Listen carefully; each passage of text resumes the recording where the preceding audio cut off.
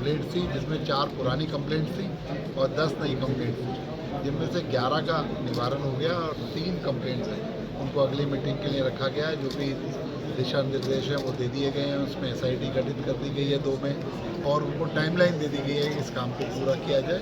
तो अगले grievance committee के लिए 3 को डेफर किया गया, बाकी 11 पर एजुकेशन ऑफिसर और जितने भी कंसर्न अधिकारियों को निर्देश दे दिया गया है कि सभी स्कूलों की जांच करें और 1 महीने के अंदर रिपोर्ट दें। किसी के अंदर अवैध कब्जा है, किसी की बाउंड्री नहीं है, किसी के ऊपर से तार गुजर रहे हैं, किसी के ट्रांसफार्मर है, इस तरीके की जो भी कंप्लेंट्स हैं उनको दूर किया जाए।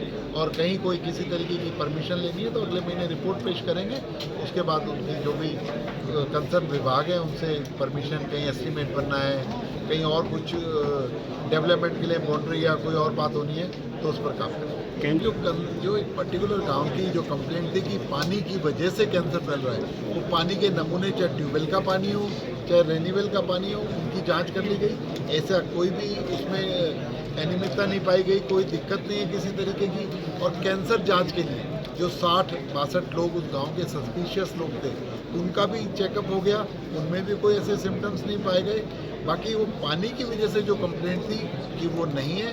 बाकी कैंसर होने के तो बहुत सारे मल्टीपल कॉजेज़ होते हैं, तो उसके लिए रेगुलर सरकार भी चिंतित है, सरकार उस पर काम भी कर रही है। WHO से लेकर नीचे तक जितने भी जो लोग हैं, देश की और प्रदेश की सरकार इस कैंसर से सभी लोग चिंतित है, उस पर काम कर रहे हैं। क्या कहेंगे? ये भी मेरे संज्ञान में ये वाला मुद्दा यहाँ नहीं आया था। अगर कोई ऐसी बात है तो मुझे लिख कर दे दें, मैं उसकी जांच करा लूँगा। बाकी मेडिकल कॉलेज के अंदर जितने डॉक्टर्स की नियुक्ति है, उन्होंने यहाँ पर आरोप लगाया कुछ जनप्रतिनिधियों ने कि वो जितने नंबर्स हैं वो ज़्यादा है और PSC CSC है उनके अंदर डॉक्टर नहीं है। तो वो निर्देश दे दिए गए हैं कि उसको रैशनलाइज करके PSC CSC के अंदर भी डॉक्टर हैं और यहाँ पर भी कोई कमी ना आए, क्योंकि रेगुलर सैकड़ों लोगों का, हज़ारों लोगों का फुटफॉल यहाँ पर रहता है। तो उसके अंदर भी जो डॉक्टर पूरे रहें और CSC सेंटर के अंदर भी रहें। इसके अलावा यहाँ पर जो पेशेंट्स की संख्या ज़्यादा होने की वजह से उस हॉस्पिटल को अपग्रेड करने की बात है, 100 बेडेड हॉस्पिटल से ज़्यादा बनाया जाए।